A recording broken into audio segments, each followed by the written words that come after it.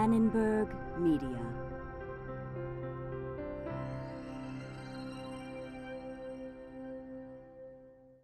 With additional support from Equicor Equitable HCA Corporation, the Good Listening Employee Benefits Company.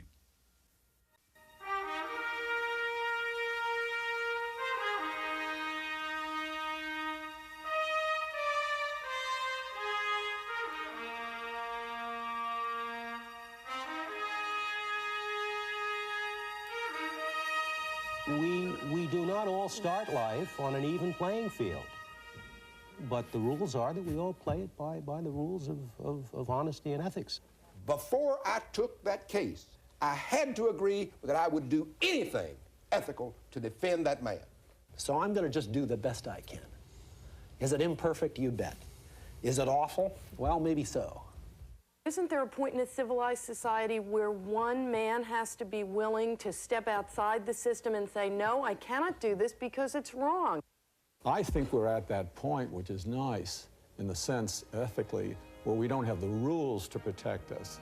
We have to agonize with ourselves and our conscience.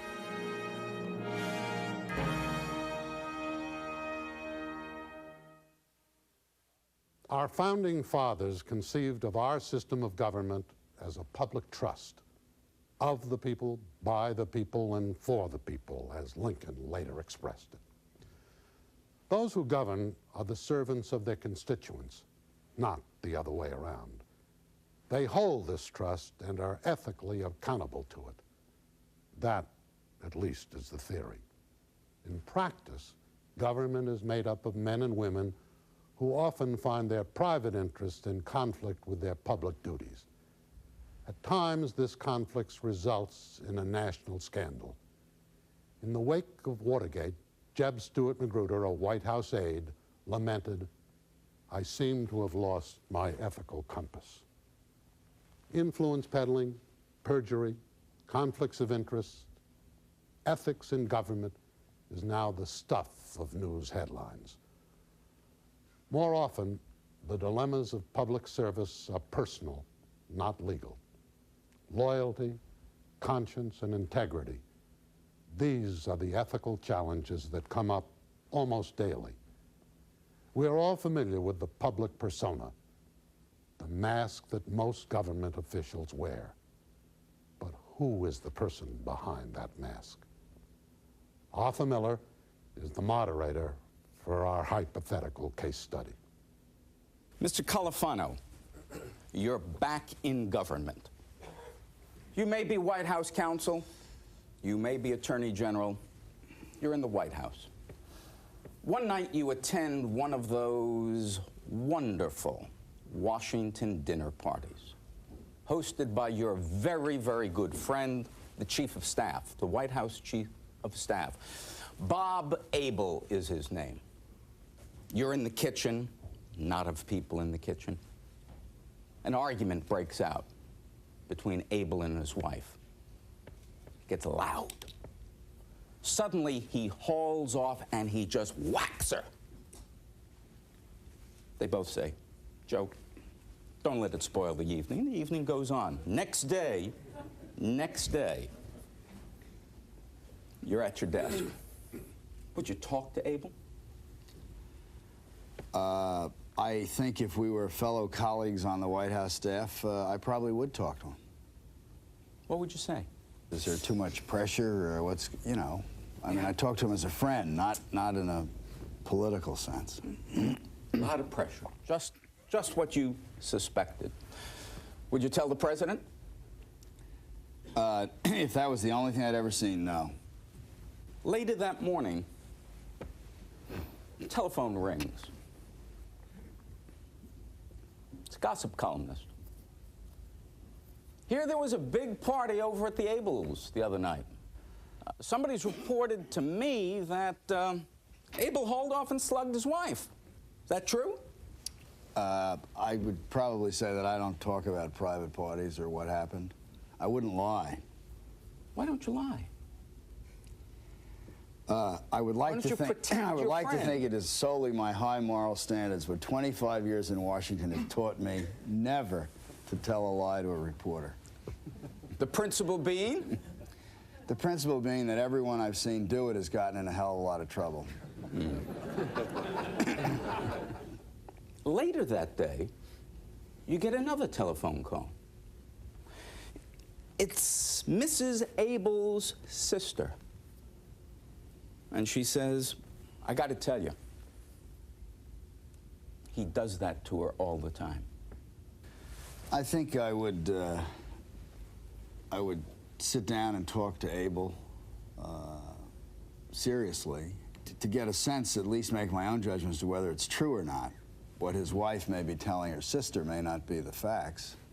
If I were convinced that it was true or were very likely true, I think I'd try and get Abel to think about whether he should see somebody or, depending on how it played out, even think about leaving the White House staff. Would you tell the president? I don't think I would at this point. Ms. Kirkpatrick, you're the president. Would you want your White House counselor to tell you this about your chief of staff? Yes. But you're busy. Busier I am, the more important the problems are. Obviously, the more I need a chief of staff who's in sort of sound mind and stable condition. And good character, if I may say so, too. Not a wife beater. Not a wife beater. I might take that more seriously than my counsel did anyway, as a wife. If your counselor told you, what would you do about it? Well, I would certainly want to talk to the chief of staff about it. I guess I would take it very seriously. I guess I would say, on the basis of that information, if it turned out to be true, that it would simply be impossible for him to continue. Mr. Jennings, you're sitting at your desk, oblivious to all this. The phone rings. The voice at the other end says, Jennings, the chief of staff for the president beats his wife and has been doing it for at least 3 years. What do you do about that? Call Sam Donaldson.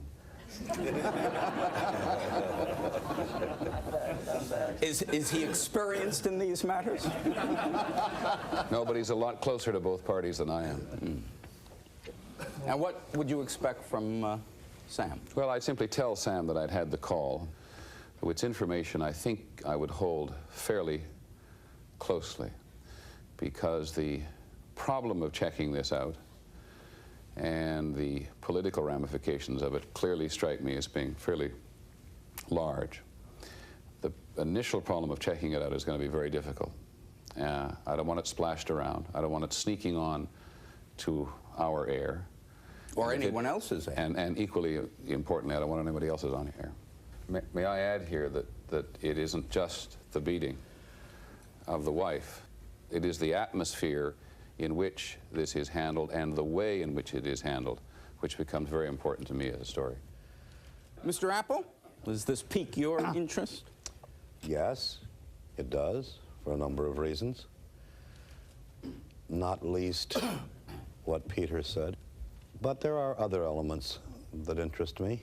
Is this the kind of place that drives people to this sort of behavior? Does that tell us anything about the way decisions are made? Is it such a hothouse, such a fervid loony bin that people behave like this, as some recent White Houses have been?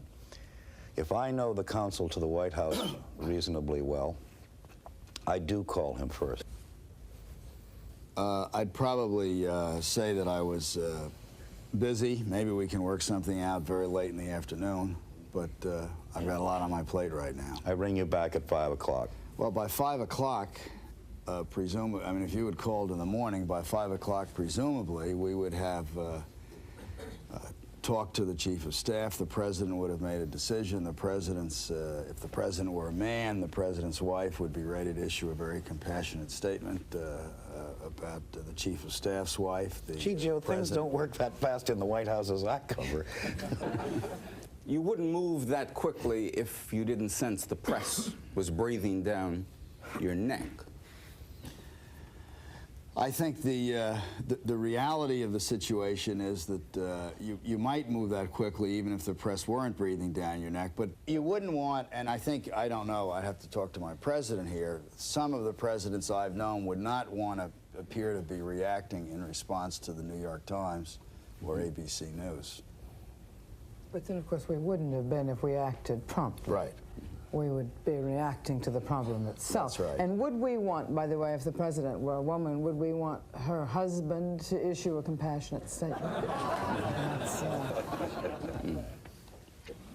Suppose it's not wife beating. Suppose your phone rings, Mr. Jennings, and it's a voice that says, Abel, he snorts coke. Is that a story? Still very much for the same reasons as he'd been a wife beater, the impairment of judgment. But if Mr. Abel is using coke, and he's using it at parties, there are a number of people who are party to that knowledge. And I don't ever want to go on the air and skewer a man in such a high position in government until I have got one person after the other who's going to be able to confirm it. Lo and behold, an inner White House circle member confirms it. Absolutely right, Mr. Jennings. What now?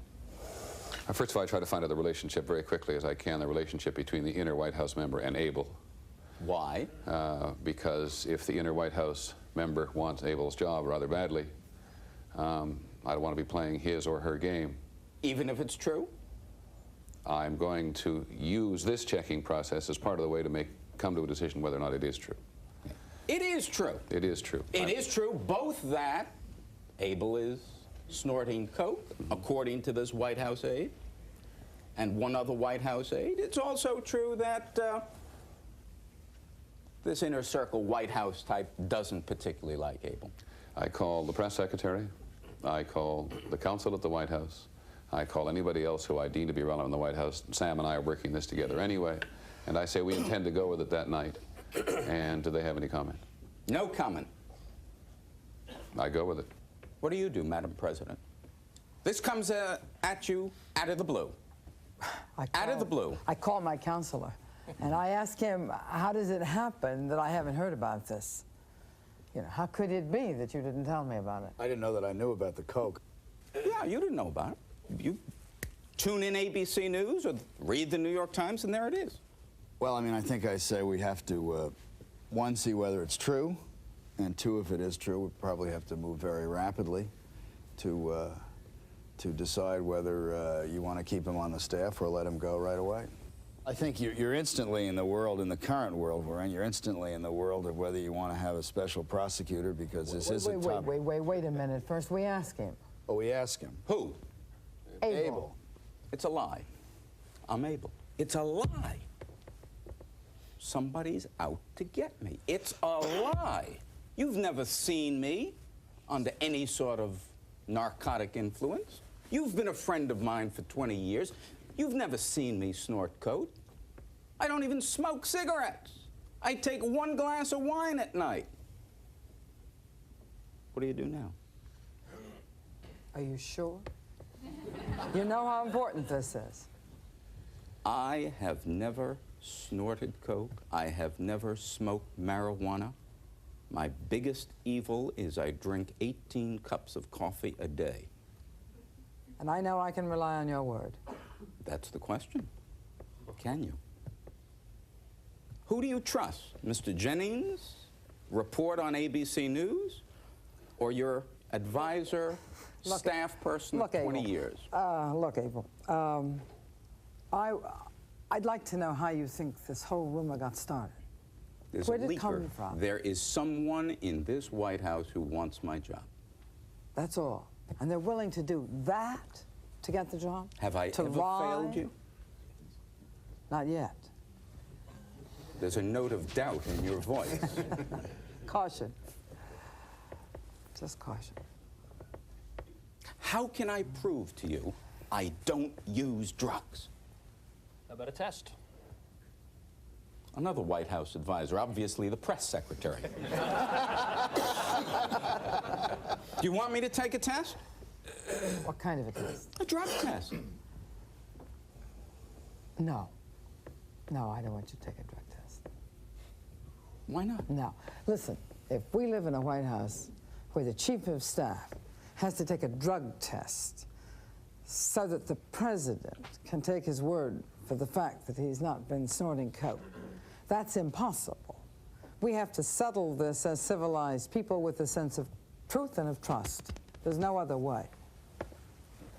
I'm willing to take a drug test. Mr. Cutler, do you think? Well, I think at this point you have to, the White House counsel has to recommend to the president that the Attorney General be called in and let him do the inquiry and let Mr. Abel get competent counsel. Mr. Lyman, you are the Attorney General. I didn't snort coke. I would say to him, Abel, whatever his first name is, if you're not telling the truth, you can destroy this presidency. It is absolutely critical that if you have a problem, that you level with me about it. If you don't feel comfortable in leveling, then you have to resign.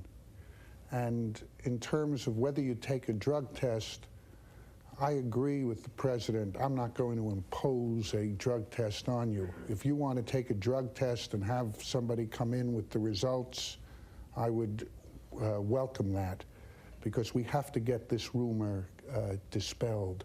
But the one thing we cannot afford is to have you destroy the credibility of this administration. Mr. Attorney General, I understand that. There is a higher ethic here. The truth, the fact that somebody else may be trying to bring this president down, my integrity, and I repeat to you, I have never taken a narcotic substance in my life. Do you believe me now? I think I do. I think you're going to have to explain it to the press, too. Do you believe me? You're asking me? Yes. Well, I've already gone on the air and broadcast this because you told me it was true. May I assume Someone now... in the White House told you it was true. And you chose to believe him or her and that anonymous call, and maybe one or two others. I am certainly going to give you the same amount of time on the air to say it isn't true as we have given the night before to give those sources who said it was true. If you were the president's press secretary, the president has expressed a disinclination to drug test, even to accept my offer to be tested. What would you advise her? No, I think if Abel says, Madam President, I appreciate your devotion to civil liberties, I respect that, I on my own am going to my doctor or Surgeon General, whoever, I'm taking a drug test because it's my reputation on the line. I'll take the lie detector test. I don't think at that point the president would say... That's up to you. Right. It's up to you. That's different. That's different than me requesting it. Why? Well, because... Why are you so squeamish? You have a White House to protect. It isn't even civil liberties. It isn't respect for civil liberties that would cause me not to request a chief of staff to take a drug test. It's a sense of what kind of relationship there has to be between a president and his and her intimate advisors. And it must consist of, there's got to be trust. Trust. There's simply got to be trust. But the American people have to trust, too. Well, that's right. Don't we have to be held to a higher standard? We in government? Yes. Why don't you order that everyone in the White House? That's ridiculous. To demonstrate to the American people that they can have confidence and trust in their White House, you, Madam President, and your spouse have spoken eloquently about drug control in this country. Let's be an example. Let's turn this badness into goodness. I think we ought to be an example of non-use and stability and common sense and sound decision and trust even. I think it's very important to restore the fabric of trust in our society. It's been torn really almost to pieces. And you can't do that by requiring drug tests from all your principal advisors. It just won't work. Really won't work. Least of all in a democracy would it work. Mr. Cutler? Well, I'm feeling awfully sorry for Mr. Abel, and I'm remembering Hamilton Jordan. The first thing poor Mr. Abel needs is a lawyer before he makes up his mind whether to have a drug test or a lie detector test, or whether to deny this charge or to admit the charge and resign. He needs to talk to someone he can trust. He needs help from a professional. And if he didn't know a good lawyer, I'd send him to Leonard Garment. Can we talk? Well, I would say that what has to be done at this point, I would see my role as being one of extracting the truth from you. That's in everyone's interest, because it's not going to be a simple defense of a putative felon. And I would take a verbal 2x4 to you and maybe a real one. And I stick with my story. I am well, but that's not enough. I'd get the FBI into it very quickly. I would have Mr. Abel, as to whom I would make no positive or negative presumption because he was a friend and trusted. I'm going to change my advice to Mr. Abel. I'm going to send him to some other lawyer who'll think about him and not what the government Well, I want Mr. Lyman as Abel's counsel.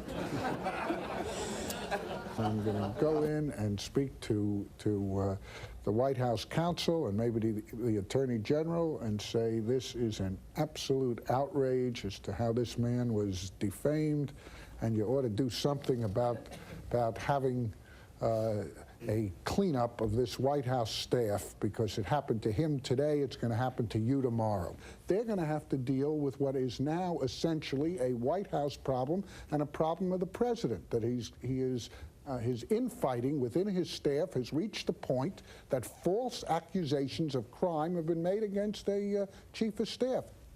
By hook or by crook, it now turns out that Mr. Abel is drug-free. And you are left with this problem of the shark in the White House. What are you going to do about that? I'm going to do my very best to find out who the shark is. You're going to call in the Attorney General again for an investigation? I'm going to call in my White House counselor, first of all. And I'm going to talk to Abel, and I'm going to ask Abel who he thinks did this to him and why. What's going on around here? Then I'm going to talk to the other senior White House advisors, and I'm going to ask everyone, because this is going to have very high priority, because nothing we're going to do is going to be very effective if we've got this sort of vicious kind of fighting at the top. People present ready to sacrifice the good name of the administration in order to get one of their colleagues. That's no good. That won't work. So we really pay a lot of attention to this, and we get to the bottom of it. No, there's an investigation inside the White House, Mr. Califano? My hunch is that if there are 20 senior people on a White House staff and you have a good counsel, that counsel knows within 1 or 2 or 3 who did it. Well, that's exactly what happens. And suspicion falls. It falls on a relatively young wonder child by the name of Arthur Upstart. Arthur Upstart came from the finest law school in the land. He was editor-in-chief of the Law Review, clerked on the Supreme Court, has come into the White House, and quickly skyrocketed. Indeed, he is the #1 person in the White House on environmental matters, works liaison with the EPA, works liaison with Congress. He's the suspect. Counselor? If he's the #1 suspect, and we really have some evidence, if you will, some indication, and I might say sometimes some of our friends in the press provide that, this is a case in which, when in doubt, you might move. If you were 90% sure, you wouldn't wait to be 100% sure. Now, exactly how you'd move... I didn't do it, Joe. You got the wrong guy. Let me... It's amazing. The White House is now batting 0 for 2 in their suspicions. Let me say that this is also a situation in which Upstart might not even get confronted with, did you do it or didn't you do it? Did you call or didn't you call? He might get promoted to another job. Promoted? In the Attorney General's office. Or somewhere else. Yeah, in other words, you might just phase him out somehow. But you're not that sure. I mean, look, Arthur, this is a judgment. This is a human judgment call. It's a personnel problem. It also relates to how the whole staff functions to serve the president. You're willing to sacrifice me? Well, I wouldn't sacrifice you in the way that I'd say you're fired. You'd be promoted to another job. I mean, this is... And never rise again. Oh, no, that's not what happens in this world. He's sending Typhoid Mary out on the world. The Attorney General, the Supreme Court. You're not even letting me prove my innocence. Well, I'm saying it may never come to a confrontation, that there may be opportunities for Mr. Upstart. In other parts of the government, there may be opportunities in the private sector. You might have somebody offer him a good job in the private sector. Governor Bulgaria. Major law firm. Might move him up to the U.S. Attorney's office. Where's in New due York. process? I mean, Abel got due process. Well, I think you have with Abel, you have a situation in which an individual has been publicly accused of a crime, and it has to be dealt with. So I was better off if they blow the story? Wait a minute. I'll just go to Jennings and tell him I'm the suspect. Arthur. Does that mean you'll now deal with me? Arthur, no, I mean, if you went to Jennings and said, you said I'm the suspect? Yes. Jennings knows who leaked. Jennings Didn't the guy leak to this guy in the first place? He called Jennings in the first place. Nobody has to go to Peter or presumably... I didn't do it. But Peter knows if he did, Johnny knows if he did, and I guess even I might know if he did. We know who did it. I have the solution. I say, I know what's going on, Califano. You think I did it to Abel. I didn't.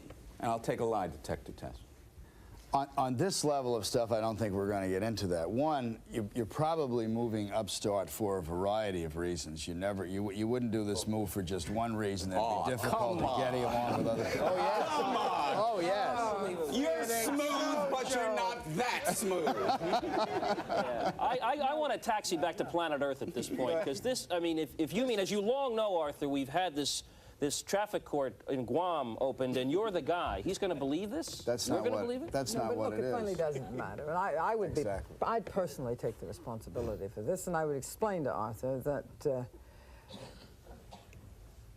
these unfortunate events of the last week have brought to our attention that things are not well in the White House staff anyway, and that there's a little too much distrust, and we're going to have to try to rebuild more unity.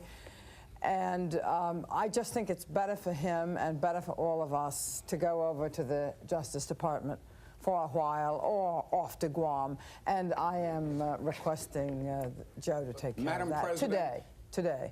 You have now struck fear and terror into the hearts of everyone in this White House, if we can be cut adrift that easily. So be it. Madam President, I can have to, prove that I was not the leaker. Would you at least let me? No, actually, Arthur, I'd like to believe you. I'd like to believe you, and I mean, maybe it is true. But, you know, I really think that there's so much distrust here and so much suspicion, and so much of it is focused on you. We sort of need to start over again. We need to, you know, we need to clear the air, and I really think it's better for you and for all of us to go elsewhere. I can prove so I'm going to it send you wasn't there me. today. Yeah.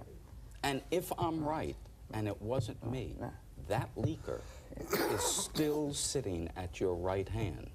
Well, that would be pretty serious, Arthur, and I would like to know that, if you have that evidence. I would like you to go ahead and go to the Justice Department, however. And if from there you'd like to talk to me about who did it, I would of course, be happy to listen. Mr. Jennings, Mr. Jennings, you and I have dealt. For the 4 years I've been in the White House, you and I have dealt. I've been a source of yours for certain stories. However, I was not your source on the Abel story. Would you please call up the president and tell her? Can I get one clarification before I call the president? Because I haven't slept since I put this story on the air. You were so determined to have the high-priced lawyers and the Attorney General involved that you told me what I was putting on the air was true. Can I just clarify that what I put on the air was based on Another source. two sources? Right. Okay, thank you. But I never called you on the Abel story, and you know that. Well, assuming Tell her the truth. Well, assuming that I can get through to the president, which I'm not sure I can. Can I get through? Oh, I think so. Madam President? I think so. Can you tell me, Madam President, why you've moved Mr. Upstart out of the White House?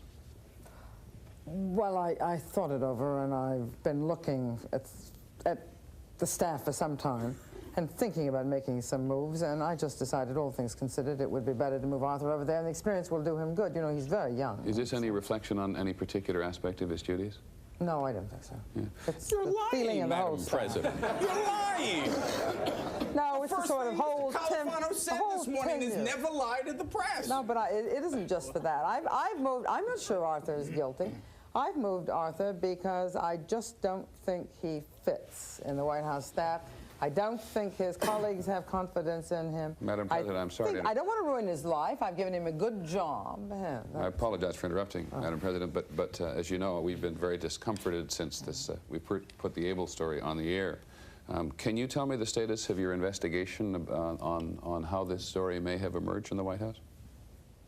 Why don't you just tell her I'm not Actually, we your don't have source? Because if I tell the president, well, I'm not going to tell the president that you are not my source at this point, because I have a much wider source problem in general terms than just getting you off the hook. It may come to that. Don't you owe me something?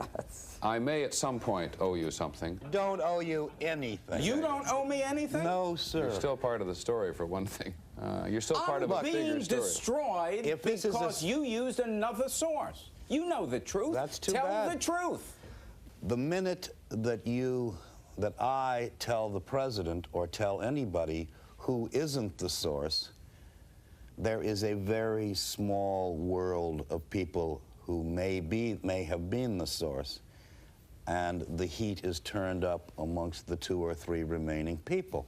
You're telling me you're going to protect your other sources who lied to you rather than save me from the folly of their lies. Always, Johnny? Is that moral? I don't that care ethical? That isn't what you asked me. You asked me what I was going to do. Oh. No correlation between morality and conduct. Sometimes I'm dying because you had it wrong. Sometimes yes, sometimes no. What do you owe even that other as source at the that lied to Harvard you? Law School, I owe him the carrying out of a contract. With a liar. Indeed. I didn't know that lawyers, unlike journalists, never dealt with liars. Journalists deal with liars a great deal. But this guy is innocent, and the people who leaked to you leaked bad information. It seems to me that the most elementary contract between a source and a reporter is honesty. I don't even understand what's on the other side. You're protecting a future source so that what? They can lie to you again? And you can do more front-page corrections on the New York Times, 2 columns wide? What is the point? What interest is conceivably at stake in this? The problem that I'm trying to get at here, perhaps because I've just been through this problem, where we took the heat off somebody and said that wasn't our source, it immediately fingered who was our source. Through a miracle, Arthur Upstart survives. But the time has come for him to leave the White House. Mr. Brand, I want to leave the White House. I think I can open my own public relations lobbying shop. Any problem? A couple of problems. There are laws that Congress has written in their wisdom to restrict people from, at least people in the executive branch, from returning to the place where they worked and using their contacts and their knowledge for their personal benefit. How much am I restricted? Well, as I say, for a year, you're not permitted to go back and talk to anybody about things you were involved in. Mr. Giuliani, your first assistant at the U.S. Attorney's Office, he's about to leave. Can he go practice law? He can, sure. Can he represent a casino operator? He can. Can he represent people accused of insider trading? He certainly can.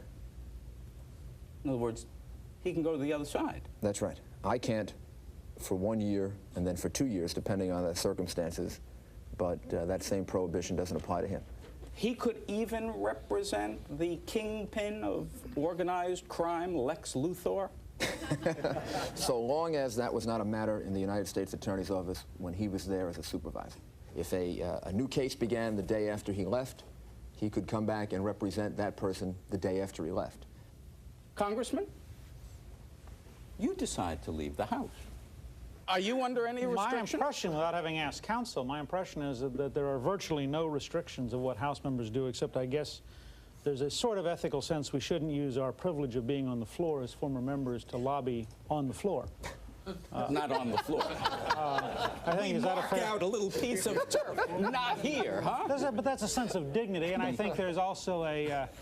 most of the former colleagues I know have a tendency not to lobby in the Capitol building.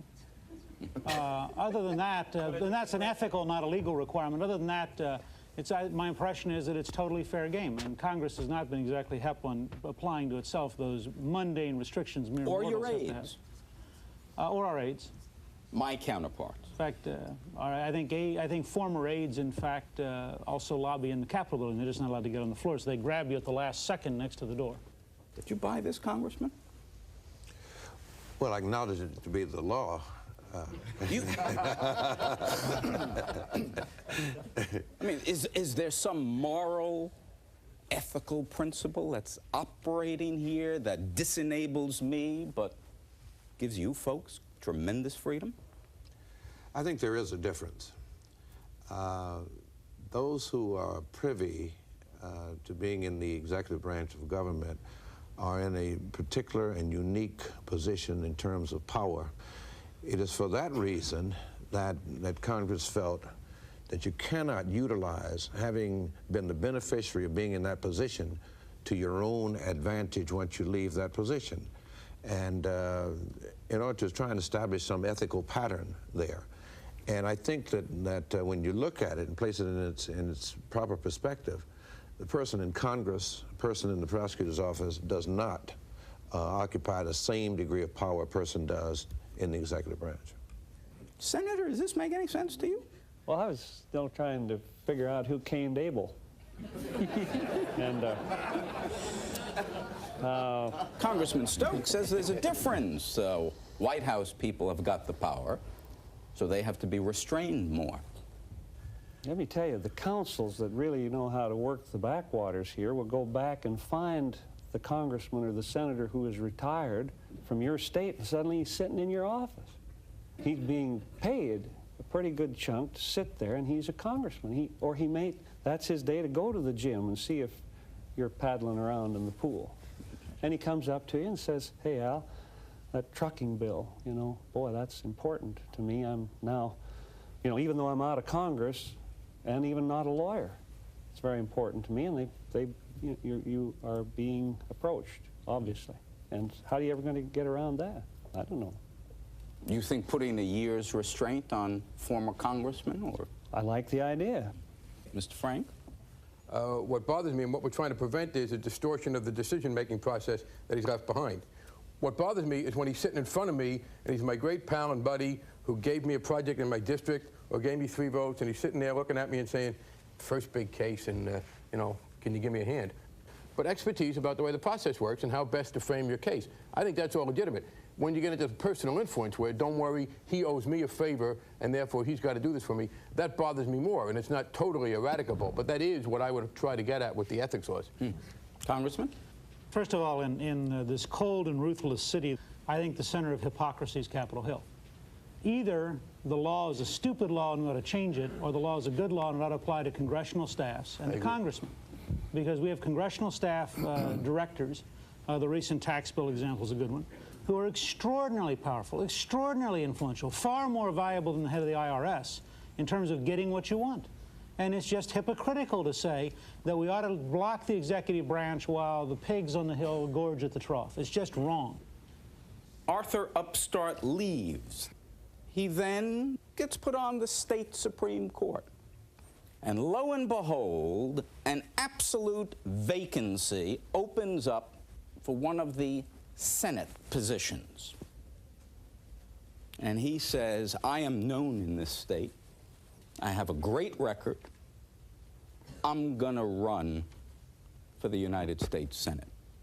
Ms. Lewis, would you help me? Let's talk about it. I assume we know each other. Yep.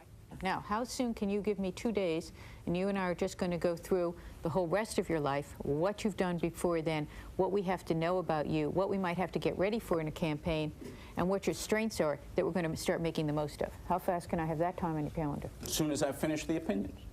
Okay. I'm at your disposal. By the way, how much is this going to cost? Let's assume we've got a medium state. There isn't a chance there's an opening in Wyoming by any chance, is there? I mean, 460,000 people man. sounds awfully good. Probably not. We've got a big urban center, a lot of rural folk, medium-sized states. Maybe it's sort of like Minnesota. I've always liked Minnesota. Okay. I think we've got to look at between $4 and $6 million. $4 and $6 million. Let's assume that I have no independent wealth. How am I going to get the money? Now, we're going to go to Washington, and we're going to make the rounds, because... round? Yes. Senate elections are national elections, and there are people in Washington who like to see up-and-coming potential Senate candidates, and if they like you, they might invest in your candidacy. Now, who are these potential contributors? By and large, they are people who have access to political action committees. Very few of the people we meet are going to be writing personal checks. There'll be a few, but there are going to be two kinds. They have access to political action committees, which are either ideological or membership-oriented, or they are people who can, in turn, plug into a network of contributors. They can get on the phone and say, Charlie, I've got a Senate candidate coming by, looking very good, going to have a little party. I'd really appreciate if you can come by and help us out. When you come to Washington, the fundraising is wholesale, not retail. You do the retail at home. Here we're coming in for wholesale for people who can give you PAC contributions and people who can, in turn... Sounds to me as if you're putting me on display. I am. Like one of those geeps in a zoo. Now, we're going to talk about how much good you're going to do for the country and how much good you can do for the people you're going to see, because you're a terrific candidate. And by the way, if they're going to invest in your campaign, that is the very least they have a right to ask for. They want to see you. They want to see how you're going to act. Can you answer questions? Are you somebody they can be proud of? How do you stand on the issues they care about? That's not asking a lot. Are they buying my vote? Nobody thinks they can buy your vote. What we are going to do is look at you, what you care about, what you've done in the past, and then match that up with people who care enough about national politics that they're willing to raise money for candidates. How much can these PACs give? A PAC can give you $5,000 in the primary and $5,000 in the general. Do you use PACs? I hope I use them more than they use me, yes, of course. I think you meant, did he accept PAC contributions? That he does, yes. I use PACs. You? Moi. Of course, those are the rules, and I take money. What you Don't you have find a it problem with the grubby? law. Wait, pardon? Don't you find it grubby? Yes. I find. But you rise above it. I find changing the tire on my car grubby when I get a flat, and I probably do a better job of taking PACs. I would rather go to a public financing system, but as long as we're not there, I am not going to put myself at a disadvantage by not accepting money. And what I have to try to do to be an honest person is to cultivate a certain ability to be an ingrate, which all of us in elected office have to do. We have to be able to take $10,000 from relative strangers and then act as if that was having no effect whatsoever on our behavior. It's a goal to which we aspire. We don't always reach it. You try to be an ingrate. Yes, in the campaign financing system, I think you have to be. That's the ethics of the system. Let's move along. We're going to do a benchmark poll, aren't we? Yes, we are. We're going to find out what the voters in this state think. We do it. And we got a little problem. This state has a big farm population. It's not dominantly agrarian, but it's got a big farm population. The truth is, although I've never really talked about this, I've never had occasion, I'm against farm subsidies. I think it's an artificial economy. I think you don't give away money to do nothing? How are we going to do that? Can Mr. Beckel become our consultant and Mr. Greenfield be our media advisor? The reality of it is, when you take on a constituency that large and you take away their mother's milk, like farm subsidies, then we have to turn someplace else for votes. So let me advise you, unless this morning you got up and fell out of bed and farm subsidies just weighed on you so much you couldn't pick the right tie this morning, I would say that's probably one I'd leave behind this morning. I should stand in front of the mirror and say, how important is this to me, really? And if they're just sort of visceral reactions?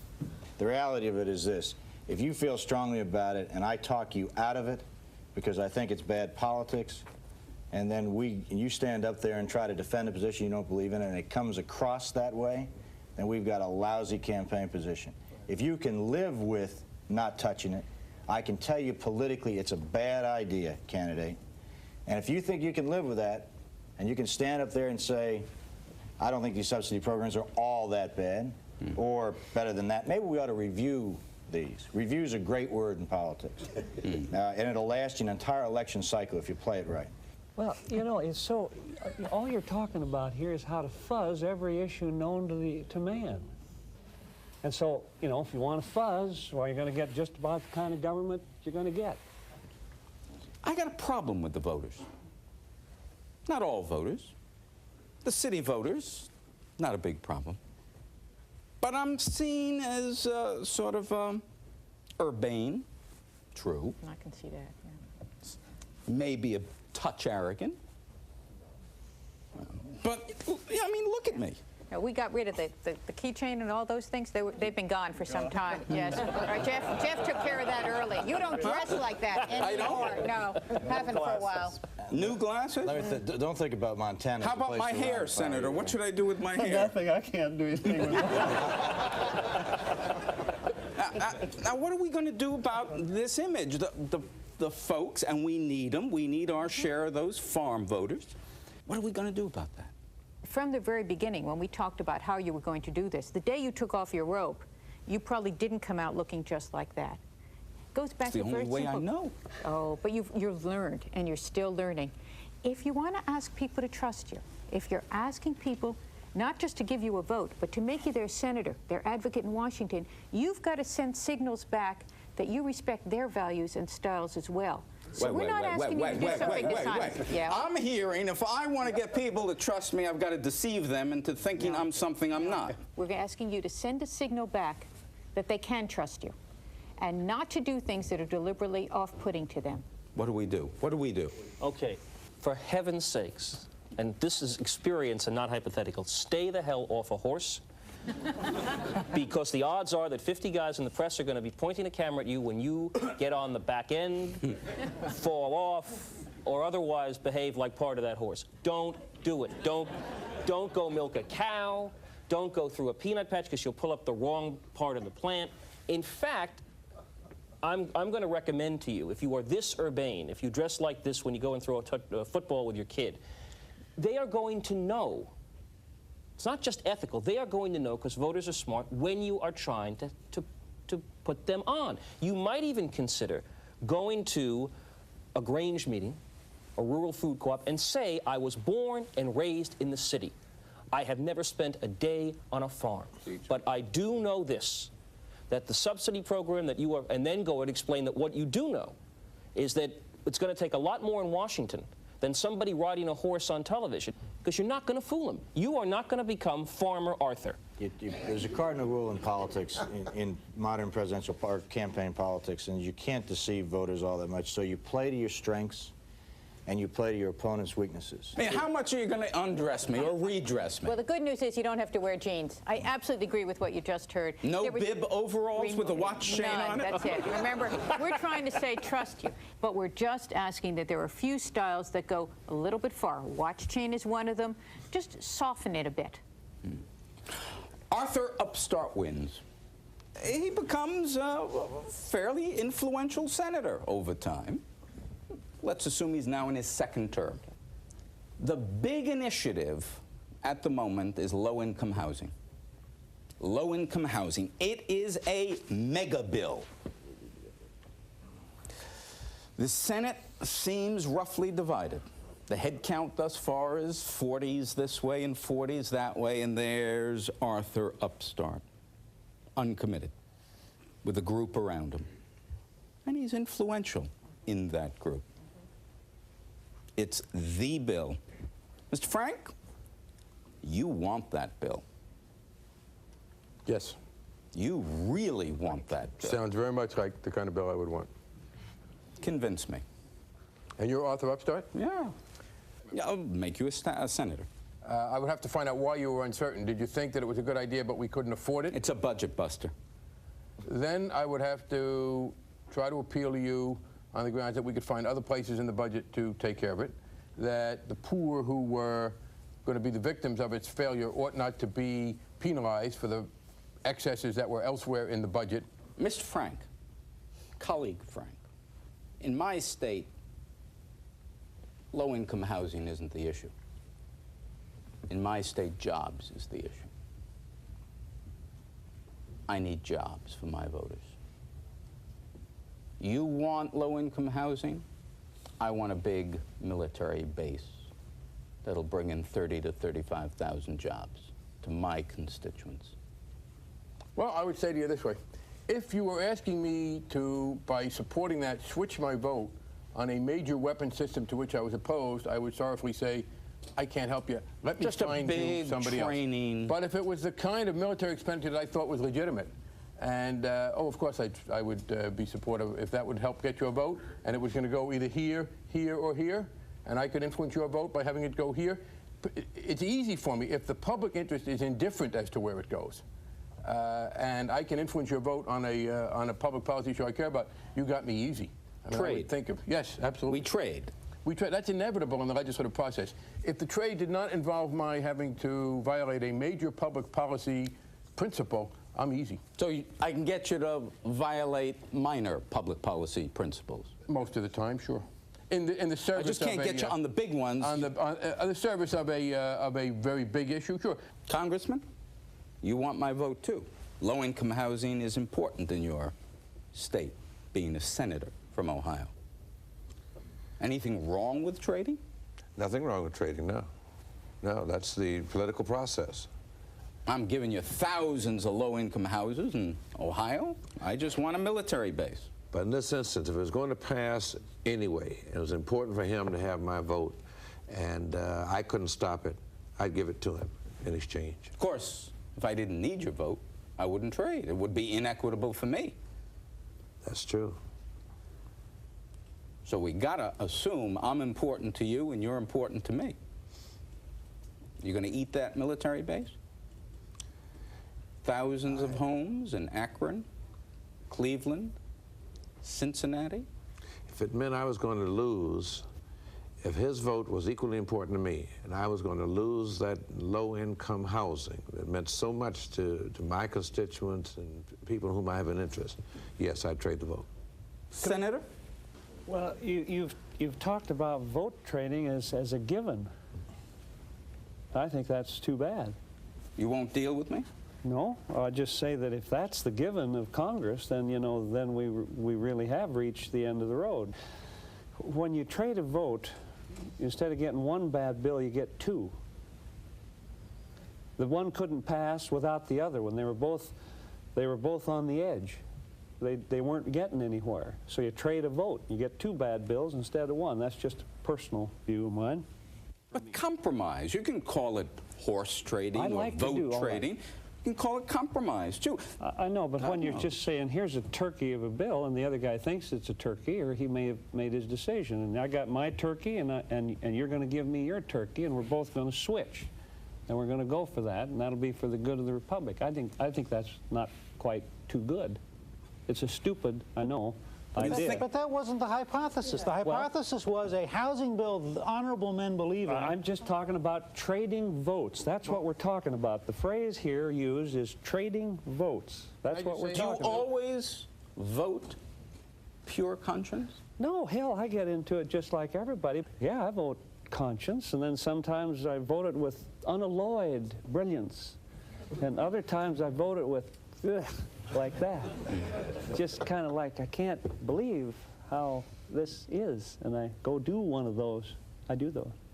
Is that the nature of the legislative process? It is the nature of the legislative process. Swallowing deeply. Mr. Giuliani? It's been part of the American system from the very beginning. And I think when we sit through a discussion like this, we sometimes have a very strange perspective that we're very, very different. I don't know that we're very different. There were allegations of sexual misconduct during the Washington presidency. The Washington cabinet almost broke up over Hamilton and Jefferson fighting with each other. I think these are the problems that happen in a democratic government where you try and work out very, very extreme and sometimes not such extreme differences between people. Human institutions. And all of these people have displayed a tremendous amount of conscience in the sense of raising tough questions and trying to answer them in a decent way. Sometimes you agree, sometimes you disagree. In his classic work, The Public Philosophy, Walter Lippmann wrote that in a democracy, politicians are perpetual office seekers, always on trial for their political lives, always required to court their restless constituents, us. In the end, the public is a demanding master, and the trust that goes with government service is a heavy burden on those who would lead us. In our next broadcast on ethics in America, we shall explore the conflict between a doctor's professional judgment and the patient's personal autonomy. Does doctor know best? Always?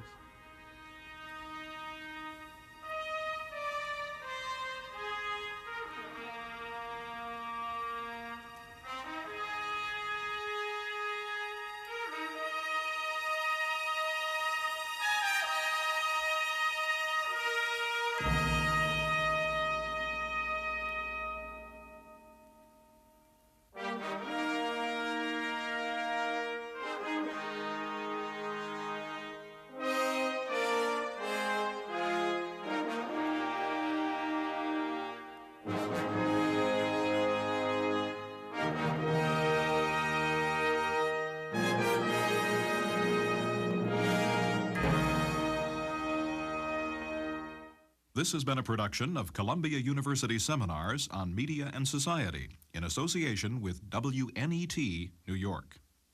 Columbia University Seminars on Media and Society is solely responsible for the content of this program.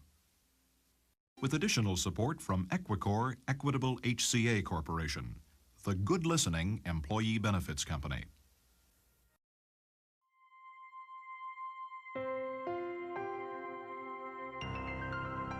Annenberg Media.